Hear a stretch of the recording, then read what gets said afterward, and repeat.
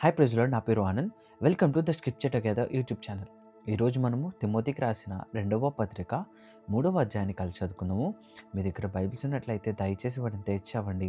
ఒకవేళ లేనట్లయితే స్క్రీన్ మీద వాక్యం వస్తుంది, దాన్ని చూసి అయినా చదవవలసిందిగా కోరుచున్నాను. అంత్య దినములలో అపాయకరమైన కాలములు వచ్చునని తెలుసుకొనుము.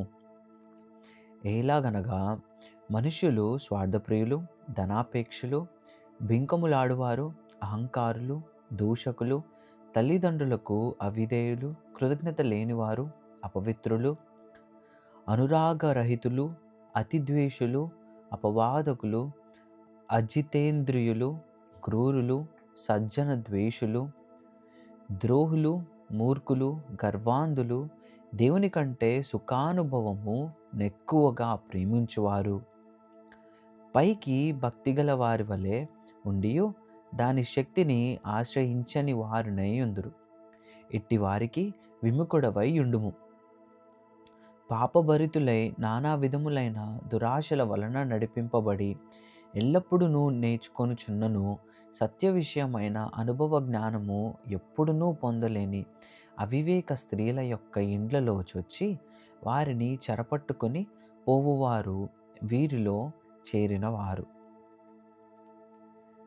యన్నే యంబ్రే అనువారు మోషేను ఎదిరించినట్టు వీరును చెడిన మనస్సు కలిగి విశ్వాస విషయములో భ్రష్టులై సత్యమును ఎదిరింతురు. అయినను వారి అవివేకమేలాగు తేటపడెనో అలాగే వీరిది కూడా అందరికీ తేటపడును గనుక వీరు ఇంక ముందుకు సాగరు.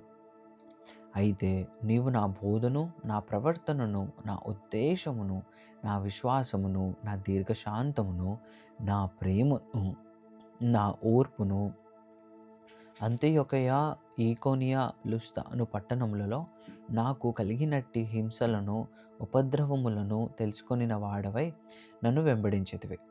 అట్టి హింసలను సహించితిని గాని వాటినన్నిటిలో నుండి ప్రభువు నన్ను తప్పించెను. క్రీస్తు యేసునందు సద్భక్తితో బ్రతుకనుద్దేశించు వారందరూ హింస పొందుదురు. అయితే దుర్జనులను, వంచకులను, ఇతరులను మోసపరుచుచు తామును మోసపోవచ్చు అంతకంతకు చెడిపోవుదురు. క్రీస్తు యేసునందుంచవలసిన విశ్వాసము ద్వారా రక్షణార్థమైన జ్ఞానము నీకు కలిగించుటకు శక్తిగల పరిశుద్ధ లేఖనములను బాల్యము నుండి నీవెరుగుదువు గనుక నీవు నేర్చుకొని రూఢి అని తెలుసుకొన్నవి ఎవరి వలన నేర్చుకొంటివో ఆ సంగతి తెలుసుకొని వాటి యందు నిలకడగా ఉండుము.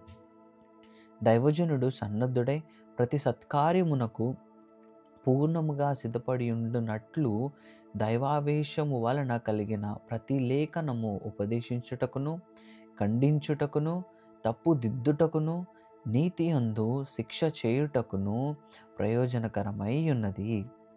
దేవుడిచ్చిన వాక్యము దీవించును గాక. ఆమెన్.